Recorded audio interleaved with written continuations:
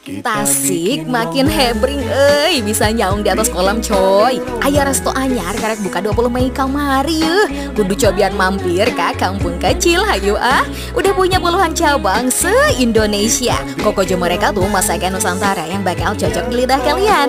Vibesnya tuh enakan banget loh buat bersantai bareng keluarga atau bestimu. Kalian bisa lesehan di saung-saung keceng dikelilingi kolam yang jernih, bikin sejuk dan adem. Banyak spot-spot keren buat kalian foto-foto asik. Area dining-nya luas, ada meja kursi juga buat kalian bersantap. Ada ruangan VIP full AC dan bisa karaokean juga coy. Komplit segala aya. Anak-anak bisa main di playground mini juga nih. Di sini tuh cocok pisan buat makan rame-rame. Ada banyak pilihan menu paketan nih. Mimin cobain paket keluarga 6 orang. Isiannya komplit favorit Mimin mah ayam masak pedasnya. Bumbunya tuh manis, asam, pedas, nage. Cita rasanya